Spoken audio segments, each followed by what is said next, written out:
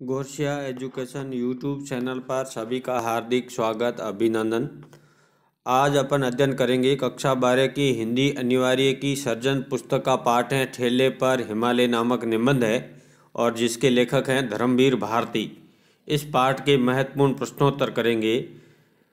तो प्रश्नोत्तर करने से पूर्व मैं एक बार रिक्वेस्ट करना चाहता हूं, जिन्होंने चैनल को सब्सक्राइब नहीं किया है चैनल को सब्सक्राइब कर ले और बेल आइकन को प्रेस कर दे ताकि नए आने वाली वीडियो का नोटिफिकेशन आपको मिल सके। प्रश्नों का वीडियो थोड़ा लंबा जरूर है लेकिन अंत तक बने रहे, आपको निश्चित रूप से सफलता दिलाएगा। प्रश्नों की शुरुआत करते हैं ठेले पर हिमालय नामक निबंध के। पहला प्रश्न है, नैनीताल से कोसी जाने वाली सड़क को लेखक ने कैसी बताया है? सुंदर, साफ व आरामदायक, सीधी व सपाट, ऊंची और मज़ेदार, उबड़ खाबड़ और कष्टप्रद। तो लेखक धर्मवीर भारती ने उस सड़क को उबड़ खाबड़ और कष्टप्रद बताया है। नेक्स्ट क्वेश्चन आता है, शुक्ल जी के साथ एमिल जोला सी दाढ़ी वाला युवक कौन था?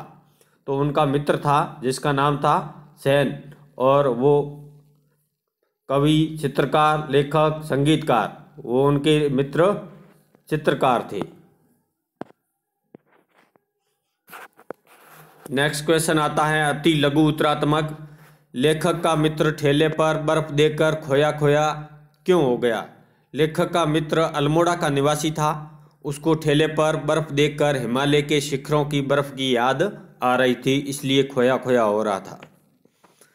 नेक्स्ट क्वेश्चन है, लेखक ने किससे मिलने पर यह कहा कि उस जैसा साथी तो सफर में पिछले जन्म के पुण्यों से ही मिलता है? लेखक ने शुक्ल जी से मिलने पर कहा कि उन जैसा साथी तो सफर में पिछले जन्म के पुण्यों से ही मिलता है। नेक्स्ट क्वेश्चन आता है, लेखक की सारी निराशा व खिन्नता कब दूर हुई? जब लेखक ने कौसानी में हिम शिखरों पर जमी बर्फ को देखा तो हिम दर्शन से उसके मन की सभी खिन्नता और निराशा दूर हो गई। नेक्स्ट क्वेश्चन आता है, लघु उत्तरात्मक प्रश्न है, त्रिताप कौन कौन से हैं? हिमालय की शीतलता से वे कैसे दूर हो गए? त्रिताप अर्थात कष्ट तीन प्रकार के होते हैं, दैहिक, दैविक, भौतिक। पुराने साधक इनसे मुक्ति के लिए हिमालय पर जाते थे। हिमालय की शीतलता मनुष्य की शारीरिक कष्टों को दूर करती है। हिमालय का पवित्र वातावरण आत्मिक कष्टों से मुक्ति दिलाता है तथा भौतिक पीड़ा से भी मुक्त करता है। हिमालय की शीतलता, पवित्रता और शांति मनुष्य को त्रितापों से मुक्त कर देती है। बहुत ही महत्वपूर्ण प्रश्न है ये, अच्छी तरह से इसको पढ़ लेना। नेक्स्ट क्वेश्चन आता है, हिमालय के पर्वतीय सौंदर्य में स्नोफॉल किस प्रकार पर्यटकों को अधिक आकर्षित करता है? स्नोफॉल करते हैं बर्फ गिरने को। हिमालय अत्यंत आकर्षक है, उसके शिखरों पर बर्फ लोगों को सुंदर लगती है। हिमालय पर जब बर्फ गिरती है तो उसको देखने के लिए दूर दूर से पर्यटक वहां जाते हैं। आसमान से रुई के फाहों की तरह गिरती बर्फ पर्यटकों को रोमांचित करती हैं। वहाँ बर्फ के खेल भी होते हैं। गिरती हुई बर्फ की प्राकृतिक सुषमा अद्वितीय होती है। नेक्स्ट क्वेश्चन आता है, लेखक ने कौसानी गांव में डूबते सूरज का जो वर्णन किया है उसे अपने शब्दों में लिखिए। लेखक कहता है, सूर्य ढल रहा था, दूर स्थित शिखरों पर दर्रे, ग्लेशियर, ढोल तथा घाटियां कुछ धुंधली सी दिखाई दे रही थी। ग्लेशियरों की बर्फ केसर के समान पीली दिखाई दे रही थी। पर्वत शिखरों पर जमी बर्फ लाल कमल जैसी हो गई थी। कौसानी की घाटियां भी पीली दिखाई देने लगी थी। नेक्स्ट क्वेश्चन आता है, निम्नात्मक है, पर्वतीय क्षेत्रों के प्राकृतिक सौंदर्य पर एक लेख लिखिए। प्रकृति का स्वरूप अत्यंत रमणीय होता है। नदी, वन, पर्वत, आकाश, समुद्र सभी सुंदर लगते हैं, किंतु पर्वतीय क्षेत्रों की प्राकृतिक सुषमा ज़्यादा मनोहारिणी होती हैं। प्रकृति के विभिन्न स्वरूप पर्वतों पर दिखाई देते हैं। एक के साथ एक जुड़ी हुई पर्वत श्रृंखलाएं, उन पर बने पथरीले रास्ते हमें अपनी ओर आकर्षित करते हैं। कई मजबूत चट्टानें होती हैं तो कई कमजोर चट्टानें भी होती हैं। ये चट्टानें एक दूसरे से जुड़कर पहाड़ी शिखरों का रूप लेती हैं। लाल लाल चट्टानें देखने में सुंदर लगती हैं। इन चट्टानों पर सीढ़ी नुमा खेत होते हैं। इनमें उगे हुए पौधे हरे भरे और सुंदर लगते हैं। पर्वतों पर घने जंगल होते हैं। इन वनों में चीड़, देवदार आदि अनेक प्रकार के वृक्ष होते हैं। कहीं पर झाड़ियाँ भी पाई जाती हैं। वहाँ हरी हरी लंबी घास भी उगती है। इन वनस्पतियों से ढके हुए से पर्वत शिखरों की शोभा द्विगुणित हो जाती है। उनका ऊंचा माथा आकाश को छूता हुआ सा प्रतीत होता है। इन पर्वतीय वनों में अनेक जीव जंतु रहते हैं। छोटे छोटे कीट पतंगों से लेकर हाथी, शेर, चीता आदि बड़े बड़े पशु पक्षी इन वनों में पाए जाते हैं। ये पशु पक्षी बड़े मनोहर होते हैं। वनों तथा पशु संरक्षण उद्यानों में इनको देखने अनेक लोग जाते हैं। पर्वतों पर बहती नदियाँ अपने कल कल स्वर से हमें आनंद देती हैं। वहाँ वैसे जलाशयों, सरोवरों में स्वच्छ दर्पण जैसा जल भरा होता है। इनमें पर्वतों की मनोहर छवि दिखाई पड़ती हैं। पर्वतों की ऊंची चोटियाँ सफ़ेद बर्फ से ढकी रहती हैं। यह बर्फ अत्यंत सुंदर होती है। सूर्य और चंद्रमा के प्रकाश से वह रंग बिरंगी और चमकीली लगती हैं। यहाँ सूर्य और चंद्रमा का उदय और अस्त का दृश्य बहुत मनोहर होता है। अंधेरी रात में टिमटिमाते तारों की अपनी अलग छवि होती है। पर्वतों पर हिमपात के मनोहर दृश्य को देखने पर्यटक दूर दूर से आते हैं।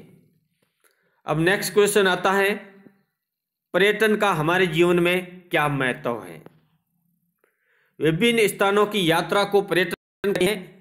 इन यात्राओं के पीछे कोई विशेष उद्देश्य नहीं होता है। किसी स्थान को देखना ही पर्यटन में निहित भावना होती है। पर्यटन धार्मिक, ऐतिहासिक एवं प्राकृतिक दृष्टि से प्रसिद्ध स्थानों का किया जाता है। ये स्थल अपने देश में, विदेश में कहीं भी हो सकते हैं। पर्यटन का हमारे जीवन में बहुत महत्व है। पर्यटन से व्यक्ति का ज्ञान बढ़ता है। वह वहाँ जाता है, उस स्थान के विषय में तरह तरह की जानकारियाँ उसको प्राप्त होती हैं। पुस्तकों में पढ़कर या अथवा चित्रों को देखकर भी किसी स्थान के बारे में ज्ञान मिलता है, किंतु जो ज्ञान उन स्थल को अपनी आंखों से प्रत्यक्ष देखकर प्राप्त होता है वह अधिक प्रभावशाली होता है। पर्यटन आनंदवर्धक तथा मनोरंजक होता है। नए नए स्थानों की यात्रा में यद्यपि कष्ट उठाना पड़ता है और धन का व्यय भी होता है, परंतु उससे प्राप्त आनंद की तुलना में वह धन, समय कुछ भी नहीं है। इन स्थानों पर अनेक दर्शनीय चीजें होती हैं जो दर्शक के मन को आनंद से भर देती हैं। ऐतिहासिक स्थलों, इमारतों, संग्रहालयों आदि को देखना इतिहास संबंधी पुस्तक पढ़ने से अधिक महत्वपूर्ण है। वहां जाकर हम उस काल या युग से स्वयं भेंट कर सकते हैं। ताजमहल को देखकर हम उसकी सुंदरता से प्रभावित नहीं होते, बल्कि उसको बनाने वाले बादशाह शाहजहां के जीवन और घटनाओं से भी रूबरू होते हैं। इसी प्रकार धार्मिक स्थलों पर भी की यात्रा धर्म में हमारे विश्वास को बढ़ाने वाली होती है। मंदिरों की कलात्मक मूर्तियां तथा भवन हमारे मन को प्रसन्नता से भर देते हैं। प्राकृतिक स्थानों यथा पर्वतों, वनों, समुद्र तटों आदि का पर्यटन अधिक आनंददायक होता है। इन स्थानों पर जाकर प्रकृति को निकट से देखने का अवसर मिलता है। पर्वत की चोटियों पर जमी श्वेत चमकीली हिमवनों, विभिन्न प्रकार के वृक्ष लताएं, उनमें रहने वाले जीव जंतु, समुद्र तट का विस्तार, सूर्य और चंद्रमा के प्रकाश से प्रभावित जल, उसमें उठती लहरें आदि पर्यटक को बार बार बुलाते हैं। पर्यटन से जीवन सार्थक होता है। प्रसिद्ध पर्यटक राहुल सांकृत्या ने विश्व के अनेक स्थानों का पर्यटन किया। पर्यटन की प्रेरणा देते हुए कहते हैं, शेयर कर दुनिया की गाफिल जिंदगानी, फिर कहाँ जिंदगानी भी मिली है तो नौजवानी फिर कहाँ। अब नेक्स्ट क्वेश्चन आता है, भाषा की बात में कुछ देर बादलों की निगाह भटकती रही, अकस्मात फिर एक हल्का सा विस्मय को धक्का मन को लगा। यह एक मिश्र वाक्य है। मिश्र वाक्य किसे कहते हैं? ये कितने प्रकार से बनते हैं? तो मिश्र वाक्य किसे कहते हैं, इसकी पहले परिभाषा पढ़ देंगे और ये कितने प्रकार से बनते हैं। जिस वाक्य में एक प्रधान उपवाक्य तथा एक या एक से अधिक आश्रित उपवाक्य होते हैं उसको मिश्र उपवाक्य कहते हैं। मिश्र वाक्य में 3 प्रकार के उपवाक्य अर्थात आश्रित होते हैं। इन 3 आश्रित उपवाक्यों के अनुसार मिश्र वाक्य 3 प्रकार के होते हैं। पहला है संज्ञा उपवाक्य, दूसरा है विशेषण उपवाक्य, तीसरा है क्रिया विशेषण उपवाक्य। तो संज्ञा उपवाक्य कैसे बनता है? ये उपवाक्य प्रधान उपवाक्य की क्रिया के कर्ता, कर्म, पूरक आदि होते हैं। जैसे उदाहरण से समझ में आ जाएगा, मोहन ने राम से कहा कि वह उसको एक पुस्तक देगा, तो यहां पर संज्ञा उपवाक्य है। नेक्स्ट क्वेश्चन उदाहरण आता है विशेषण उपवाक्य का। जब कोई उपवाक्य प्रधान उपवाक्य के कर्ता, कर्म इत्यादि की विशेषता प्रकट करता हो तो उसको विशेषण उपवाक्य कहते हैं। जैसे राम जो दशरथ के पुत्र अत्यंत आज्ञाकारी थे, तो यहाँ पर आज्ञाकारी विशेषण है, उनकी विशेषता बताने वाला उपवाक्य है, इसलिए ये विशेषण उपवाक्य है। क्रिया विशेषण उपवाक्य प्रधान उपवाक्य की क्रिया के समय, दशा, स्वभाव आदि का ज्ञान क्रिया विशेषण उपवाक्य कराते हैं। जैसे जब बिजली गई तो ध्वनि विस्तारक यंत्र ने अपना काम करना बंद कर दिया। जैसे ही रात हुई वह बिस्तर पर लौट गया। तो यहां पर क्रिया विशेषण उपवाक्य हैं। यहाँ तो मिश्र वाक्य की परिभाषा और उनके 3 भेद हैं, उनको बताया गया है। अब है अन्य महत्वपूर्ण प्रश्नोत्तर। एक बार फिर रिक्वेस्ट करता हूं, जिन्होंने भी चैनल को सब्सक्राइब नहीं किया है, चैनल को सब्सक्राइब कर ले, बेल आइकन को प्रेस कर दे ताकि आपको नया नोटिफिकेशन मिल सके। वीडियो को लाइक करें, शेयर करें। अन्य महत्वपूर्ण प्रश्नोत्तर ठेले पर हिमालय नामक निबंध के हैं। ठेले पर हिमालय शीर्षक कैसा है? लेखक धर्मवीर भारती के अनुसार क्या बताया है? उबाऊ है, दिलचस्प है, विचित्र है, आकर्षक है। तो इनको ठेले पर हिमालय निबंध को दिलचस्प बताते हैं। लेखक के गुरुजन उपन्यासकार मित्र का जन्म स्थान है। लेखक के गुरुजन उपन्यासकार मित्र का जन्म स्थान अल्मोड़ा, शिमला, नैनीताल, मंसूरी। तो इनका लेखक के मित्र का जन्म है अल्मोड़ा में है। कोसी से कौसानी की दूरी है। कोसी से कौसानी की दूरी 18 मील, 6 मील, 21 मील, 30 मील। तो कौसानी की दूरी है 21 मील। स्विट्जरलैंड का आवास कौसानी में होता है। यह कथन किसका है? जवाहरलाल नेहरू का, कमला नेहरू का, सुभाष चंद्र बोस का, महात्मा गांधी का। तो ये कथन महात्मा गांधी का है। हिमालय पर जमी बर्फ को कुछ विदेशियों ने कहा है। क्या कहा है? श्वेत हिम, चिरंतन हिम, नवीनतम हिम, शाश्वत हिम। तो विदेशियों ने इनको चिरंतन हिम कहा है। नेक्स्ट क्वेश्चन आता है, इसी से हम भी शीर का बल हिमालय देखता है। यह कथन किसका है? डॉक्टर भारती का, शुक्ल जी का, चित्रकार सेन का, उपन्यासकार मित्र का। यह कथन है चित्रकार सेन का। नेक्स्ट क्वेश्चन आते हैं, अति लघु उत्तरात्मक है। यही बर्फ तो हिमालय की शोभा है। सुनते ही लेखक के मन में क्या बात आ गई? यही बर्फ तो हिमालय की शोभा है। अपने गुरुजन उपन्यासकार मित्र का यह कथन सुनते ही लेखक के मन में शीर्षक ठेले पर हिमालय शीर्षक को दाया गया। नेक्स्ट क्वेश्चन है, डॉक्टर भारती और उनके साथी कौसानी क्यों गए थे?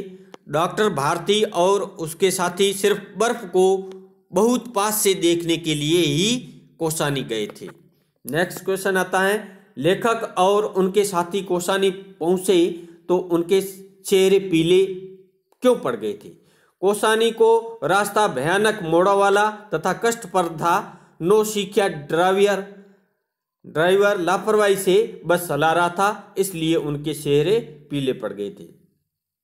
नेक्स्ट क्वेश्चन आता है, मेरे चेहरे पर निरंतर घनी होती हुई उत्सुकता को ताड़कर शुक्ल जी ने कहा, लेखक के चेहरे पर उत्सुकता किस कारण प्रकट हुई थी? लेखक शुक्ल जी के साथ आए दुबले पतले युवक का परिचय जानने को उत्सुक था। कोसी किसका नाम है? कोसी एक नदी तथा एक स्थान का नाम है। कोसी से कोसानी जाने वाली सड़कों अजगर सी क्यों जान पड़ती थी? कोसी से कोसानी जाने वाली सड़क टेढ़ी मेढ़ी, ऊपर नीचे रेंगती हुई और करीली थी। नेक्स्ट क्वेश्चन आता है, कोसानी जाते समय लेखक के चेहरे पर अधैर्य, असंतोष तथा क्षोभ क्यों झलक रहा था? लेखक को बताया गया कोसानी बहुत सुंदर स्थान है। कष्ट पर टेढ़े मेढ़े रास्ते देखकर तथा बर्फ का नामो निशान न पाकर लेखक के मन में अधैर्य, क्षोभ और असंतोष पैदा हो गया। कोसानी कहाँ बसा है? कोसानी सोमेश्वर घाटी के उत्तर दक्षिण में स्थित पर्वतमाला के शिखर पर बसा है। नेक्स्ट क्वेश्चन आता है, शिखर पर जमी हुई बर्फ को देखकर अकस्मात लेखक के मन में क्या विचार आया? लेखक के मन में अचानक विचार उठा कि यह बर्फ हिमालय की चोटियों पर कब से जमी है? क्या मनुष्य के पैर कभी वहां पड़े हैं? नेक्स्ट क्वेश्चन आता है, सूरज डूबने लगा तो ग्लेशियरों में क्या बहने लगा? सूरज डूबने लगा तो ग्लेशियरों में पिघली केसर बहने लगी। नेक्स्ट क्वेश्चन आता है, चांदनी रात में डाक बंगले के बरामदे में विचार मगन लेखक की तंद्रा कैसे टूटी? लेखक विचार मगन था, तभी सेन रविंद्रनाथ टैगोर की कोई कविता गाने लगा। उसे सुनकर लेखक की तंद्रा टूट गई। कब हुक हो यही रहनी रहोगे, ये पंक्ति किसने लिखी? ये पंक्ति भक्त कवि तुलसीदास ने अपनी विनय पत्रिका पुस्तक में लिखी। नेक्स्ट क्वेश्चन आता है, लघु उत्तरात्मक है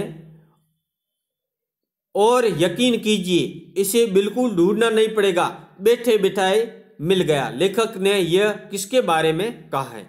लेखक ने यह बात अपने निबंध के शीर्षक के बारे में कही है। लेखक अपने एक गुरुजन उपन्यासकार मित्र के साथ पान की दुकान पर खड़ा है। वहां एक बर्फ वाला ठेले पर बर्फ की छिलियां लाद कर लाया। बर्फ में से भाप उड़ रही थी। लेखक के मित्र अल्मोड़ा के रहने वाले थे। वे बोले, ये बर्फ तो हिमालय की शोभा है। सुनते ही लेखक ने तुरंत अपने लेख का शीर्षक ठेले पर हिमालय रख दिया। नेक्स्ट क्वेश्चन आता है, कोसी तक लेखक किस प्रकार पहुंचा? उसको कोसी में क्यों उतरना पड़ा? लेखक नैनीताल से रानीखेत मजकाली होते हुए कोसी पहुंचा। रास्ते में भयानक मोड़ थे। रास्ता बहुत कष्टपूर्ण, सूखा और कुरूप था। पहाड़ सूखे थे। रास्ते में कहीं पानी का निशान भी नहीं था, कहीं हरियाली भी नहीं थी। ढालों को काट कर बनाया गया रास्ता टेढ़ा मेढ़ा था। वहां से एक सड़क अल्मोड़ा तथा दूसरी कोसानी जाती थी। लेखक की बस अल्मोड़ा जा रही थी, उसको कोसानी जाना था, अतः वह कोसी उतर गया। नेक्स्ट क्वेश्चन आता है, शुक्ल जी कौन थे? उनके बारे में लेखक ने क्या कहा? शुक्ल जी लेखक को कोसानी जाने के लिए उत्साहित किया था। वह भी कोसानी जा रहे थे। कोसी में बस से उतरे तो उनका चेहरा प्रसन्नता से भरा था। उनके चेहरे पर कभी थकान और सुस्ती दिखाई नहीं देती थी। उनको देखते ही लेखक की थकान और सुस्ती दूर हो गई। लेखक ने कहा, शुक्ल जी जैसा सफर का साथी पिछले जन्म के पुण्य से मिलता है। नेक्स्ट क्वेश्चन आता है, शुक्ल जी के साथ बस से कोसी में उतरने वाला व्यक्ति कौन था? शुक्ल जी के साथ एक अन्य व्यक्ति भी कोसी में बस से उतरा। वह दुबला पतला था। उसका चेहरा पतला और सांवला था। उसमें एमिल जोला सी दाढ़ी रखी हुई थी। वह ढीला ढाला पतलून पहने था। उसके कंधे पर जर्किन पड़ी थी। उसके बगल में थर्मस तथा कैमरा या बाइनाकुलर लटका हुआ था। वह मशहूर चित्रकार सेन था। उसका स्वभाव मधुर था। नेक्स्ट क्वेश्चन आता है, कोसी से बस चली तो रास्ते का सारा दृश्य बदल गया। उस दृश्य का वर्णन अपने शब्दों में लिखिए। कोसी तक रास्ता अच्छा नहीं था। कोसी से बस चली तो रास्ते का दृश्य बदल गया। पत्थरों पर कल कल करती हुई कोसी बह रही थी। उसके किनारे छोटे छोटे गांव और हरे भरे खेते। सोमेश्वर की वह घाटी बहुत सुंदर थी। मार्ग में कोसी नदी तथा उसमें गिरने वाले नदी नालों के पुल थे। एक के बाद एक बस स्टेशन, पहाड़ी डाकखाने, चाय की दुकानें आदि रास्ते में मिले। कहीं कहीं सड़क निर्जन शीड़ के वर्ग जंगलों से गुजरी। सड़क टेढ़ी मेढ़ी ऊंची नीची कंकरीली थी। उस पर बस धीरे धीरे चल रही थी। रास्ता सुहाना था। नेक्स्ट क्वेश्चन आता है, हम अपना संशय शुक्ल जी से व्यक्त भी करने लगे। लेखक को किस विषय में संशय था? कोसी से 18 मील दूर निकल जाने पर भी लेखक को कहीं बर्फ नहीं दिखाई दी थी। कोसानी केवल 6 मील दूर हो रहा था। लेखक को बताया कि कोसानी बहुत सुंदर है, वहाँ स्विट्जरलैंड का आभास होता है, वह कश्मीर से अधिक मनोहर है। वह इतनी प्रशंसा के योग्य नहीं था। लेखक को संदेह था कि वह बर्फ दिखाई देगी या नहीं। यही बात लेखक ने शुक्ल जी से कही थी। नेक्स्ट क्वेश्चन आता है, बिल्कुल ठगे गए हम लोग। लेखक को क्यों लगा कि उसको ठगा गया है? बस कोसानी के अड्डे पर रुकी। वह एक छोटा गांव था, वहां बर्फ का नामो निशान भी नहीं था। लेखक बर्फ के निकट से देखने के इरादे से कोसानी गया था। उसने कोसानी की बहुत तारीफ सुनी थी। उसके मित्रों ने उसको कश्मीर से भी सुंदर बताया था। अंततः लेखक को लगा उसने लोगों की बातों पर विश्वास करके गलती की है। उसके अनुसार वह बुरी तरह ठगा गया है। नेक्स्ट क्वेश्चन आता है, अन्न खाते हुए बस से उतरा कि जहां था वहीं पत्थर की मूर्ति सा स्तंभ खड़ा रह गया। कौन स्तंभ खड़ा रह गया तथा क्यों? लेखक जब कोसानी के बस स्टैंड पर बस से उतरा तो वहां अत्यंत खिन्न था। जहां वह बस से उतरा था वहां से उसकी निगाह एक ओर पड़ी। उसने देखा कि सामने की घाटी अपार प्राकृतिक सौंदर्य से भरी थी। 500 मील छोड़ी इस घाटी में लाल लाल रास्ते थे। ये गेरू की शिलाओं के काटने से बने थे। उनके किनारे सफ़ेद थे। उसमें अनेक नदियां बह रही थी। उसमें हरे भरे खेत थे। पूरी घाटी अत्यंत सुंदर थी। लेखक उसे देखता ही रह गया और जहां था वहां पर ही स्तंभ खड़ा रह गया। नेक्स्ट क्वेश्चन आता है, कोसानी पहुंचकर लेखक हर्षातिरेक से क्यों चिल्लाने लगा? कोसानी के बस अड्डे से लेखक ने कलियूर की सुंदर घाटी को देखा। दूर क्षितिज के पास कुछ धुंधले छोटे पर्वत का उसे आभास हुआ। उसके बाद बादल थे। अकस्मात बादलों के बीच उसको कुछ दिखाई दिया। बादल के टुकड़े जैसे कोई अटल वस्तु थी। उसका रंग न नीला था, न रूपला था, न सफ़ेद था। वह तीनों का मिला जुला रंग था। लेखक ने सोचा यह है क्या? बर्फ नहीं है तो क्या है? अचानक उसको ध्यान आया कि इस घाटी के पार हिमालय पर्वत हैं जो बादलों से ढका है। वह समझ गया। उसने बर्फ के ढके किसी छोटे शिखर को देखा। वह प्रसन्नता के साथ चिल्ला उठा, बर्फ वह देखो। नेक्स्ट क्वेश्चन आता है, एक क्षण के हिम दर्शन के बाद लेखक की क्या दशा हुई? यदि आप लेखक के साथ होते तो आपकी दशा भी ऐसी ही होती। एक क्षण के हिम दर्शन का लेखक पर अद्भुत प्रभाव पड़ा। उसका सारी खिन्नता, निराशा, थकावट दूर हो गई। वह बादलों के छटने के बाद आवरणहीन हिमाच्छिद हिमालय को देखने की कल्पना से अत्यंत रोमांचित हो उठा। उसका हृदय तेजी से धड़कने लगा। यदि मैं लेखक के साथ होता तो संभवतः मेरी दशा भी ऐसी ही होती, अथवा मैं शुक्ल जी की तरह शांत रहता और लेखक के समान उत्तेजित नहीं होता। नेक्स्ट क्वेश्चन है, छोटे हिम शिखरों को बादलों ने ढक लिया तो लेखक तथा उसके साथियों ने क्या किया? क्षण भर अपनी झलक दिखाकर हिमावृत शिखर गायब हो गया। लेखक और उसके साथी बर्फ देखना चाहते थे। उन्होंने डाक बंगले में अपना सामान रखा और बिना चाय पिए ही सामने के बरामदे में बैठ रहे थे। वे एकटक सामने देखते रहे। बादल धीरे धीरे चिंटते जा रहे थे। एक एक करके नए नए शिखरों पर जमी बर्फ दिखाई दे रही थी। फिर बादल पूरी तरह हट गए और हिम शिखरों की पूरी श्रृंखला दिखाई देने लगी। नेक्स्ट क्वेश्चन आता है, कोसानी की डाक बंगले से हिमाच्छिद पर्वत शिखरों को देखने के बाद लेखक को किस बात की अनुभूति हो रही थी? लेखक ने हिमालय के शिखरों को देखा। उसको अपने माथे पर शीतलता की अनुभूति हो रही थी। उसकी समझ में आ रहा था कि पुरानी ऋषि मुनि हिमालय पर क्यों आते थे तथा यहाँ पर आने पर दैविक भौतिक ताप किस प्रकार नष्ट हो जाते थे। लेखक के सारे अंतर्द्वंद, सारे संघर्ष, सारे ताप इन शिखरों को देखकर मिट गए। नेक्स्ट क्वेश्चन आता है, अकस्मात एक दूसरा तथ्य मेरे मन के क्षितिज पर उदित हुआ। कौन सा दूसरा प्रश्न लेखक के मन में उत्पन्न हुआ? इस प्रश्न का उत्तर आप क्या दे सकते हैं? अचानक लेखक के मन में विचार आया कि हिमालय पर जमी बर्फ कितनी पुरानी है। कुछ विदेशियों ने इनको चिरंतन हिम कहा है, अर्थात यह बहुत पुराने समय से हिमालय पर जमी है। लेखक सोच रहा था कि क्या कभी मनुष्यों ने इन शिखरों पर अपने पैर रखे अथवा अनादिकाल से हिमालय पर बर्फीले तूफान उठते रहे हैं? इस प्रश्न का उत्तर मैं नहीं दे सकता।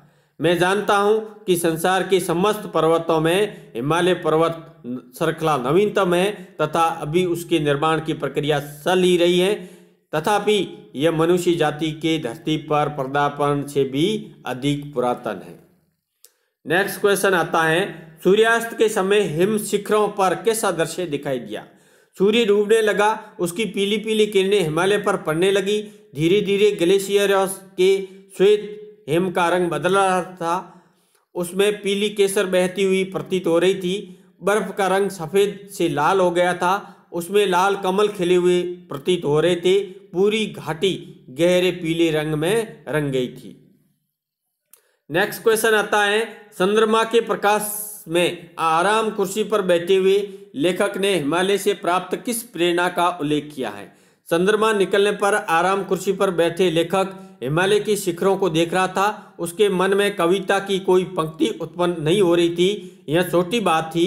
वह हिमालय की महानता के बारे में सोच रहा था। हिमालय उसको ऊपर उठने और महान बनने की प्रेरणा दे रहा था। वह उसे स्नेह भरी सुनौती दे रहा था, हिम्मत है तो मेरे समान ऊंचे उठो, महान बनो। नेक्स्ट क्वेश्चन आता है, हिमालय को देखकर सबसे ज्यादा खुश कौन था? उसकी खुशी के बारे में बताइए।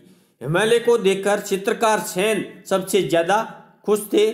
वह बच्चों की तरह चंचल और चिड़ियों की तरह चहकता हुआ दिखाई दे रहा था। वह कवि रविंद्र की कोई कविता गा रहा था। अकस्मात वह शीर्षासन करने लगा, कहने लगा, सब जीनियस लोग सिर के बल खड़ा होकर दुनिया को देखता है, इसी से हम भी सिर का बल हिमालय देखता है। नेक्स्ट क्वेश्चन आता है, दूसरे दिन लेखक ने किस स्थान की यात्रा की? दूसरे दिन लेखक सभी के साथ घाटी से उतरकर 12 मील दूर बैजनाथ पहुंचा। वहां गोमती नदी बहती थी। गोमती नदी की जल राशि अत्यंत स्वच्छ थी। उसमें हिमालय पर्वत की बर्फ से ढकी हुई चोटियों की छाया पड़ रही थी। लेखक ने पानी में बनी हिमालय की चोटियों को जी भरकर निहारा। वह उस दृश्य में डूबा रहा। उसने सोचा कि इन चोटियों पर कभी वह पहुंचेगा भी या नहीं। नेक्स्ट क्वेश्चन आता है, लेखक के मन में आज भी क्या पीर उठती है? वह उसको भुलाने के लिए क्या करता है? हिमालय की उन बर्फीली चोटियों की स्मृति आज भी जब लेखक को होती है तो उसका मन एक अज्ञात पीड़ा से भर उठता है। वह उस पीड़ा से मुक्ति चाहता है तो ठेले पर लदी बर्फ की शीलों को देखकर अपना मन बहला लेता है। उनको देखकर हिमालय की बर्फ की याद ताजा कर लेता है। ठेले पर हिमालय कहकर वह हंसता है। उसकी यह हंसी उस पीड़ा को भुलाने का बहाना है। नेक्स्ट क्वेश्चन आता है, लेखक ने तुलसी की पंक्ति कब हुक हो यही रहनी रहोगे का उल्लेख क्या भाव व्यक्त करने के लिए किया है? लेखक ने तुलसीदास की विनय पत्रिका के ए पद की पंक्ति कब हुक हो यही रहनी रहोगे का उल्लेख किया है। तुलसी सांसारिक माया मोह की लघुता से ऊपर उठकर हिमालय के समान उच्च संत स्वभाव को धारण करना चाहते थे। लेखक ने इस पंक्ति का उल्लेख करके हिमालय को उच्च मानवीय भावों की ओर बढ़ने का प्रेरणा स्रोत बताया है। नेक्स्ट क्वेश्चन आता है, वही मन रमता है। लेखक का मन कहाँ रमता है और क्यों? क्या आप भी लेखक के समान सोचते हैं? लेखक का मन हिमालय की ऊंची श्वेत पवित्र और बर्फ से ढकी हुई चोटियों में रमता है। ये ऊंची चोटियां उच्च मानवीय गुणों तथा मनोभावों की सूचक हैं। संसार की क्षुद्र बातों में पढ़कर अपना जीवन नष्ट करना लेखक को उचित नहीं लगता है। वो मानव जीवन के पवित्र और उच्च लक्ष्य श्रेष्ठ मानवीय गुणों के साथ ही अपना जीवन बिताना चाहता है। मैं भी सोचता हूँ कि मनुष्य को छोटी छोटी अर्थहीन बातों में समय नष्ट नहीं करना चाहिए, उसको उच्च मानवीय आदर्शों के लिए स्वयं को अर्पित कर देना चाहिए। नेक्स्ट क्वेश्चन आता है, ठेले पर लदी बर्फ की सिलियां तथा हिमालय पर जमी बर्फ किनके प्रतीक हैं? आपको इनमें से क्या पसंद है वो अपने विचार के अनुसार उत्तर देना है। ठेले पर लदी बर्फ की सिलियां भौतिक जीवन तथा सांसारिक उलझनों का प्रतीक है। इसके विपरीत हिमालय की ऊंची पर्वत श्रेणियों पर जमी बर्फ जीवन के श्रेष्ठ और उच्चतम आदर्शों की सूचक है। वह श्रेष्ठ मानवीय गुणों और चेतना की व्यंजक है। मनुष्य होने के नाते मुझे इसमें पश्चातवर्ती अर्थात हिमालय पर जमी बर्फ ही पसंद है। मैं उच्च मानवीय गुणों को ही अपनाकर ही जीना अच्छा समझता हूँ। तो यहाँ पर वीडियो समाप्त होता है। तो ये प्रश्न आपको इस पाठ के कैसे लगे कमेंट्स बॉक्स में कमेंट्स करें, वीडियो को लाइक करें, शेयर करें और सब्सक्राइब करें। धन्यवाद, थैंक यू।